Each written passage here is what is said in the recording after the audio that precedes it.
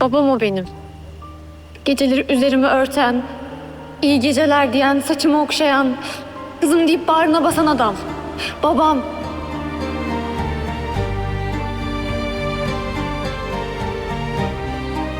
Zorda kalınca da para için tanımadığı birisiyle evlendiren.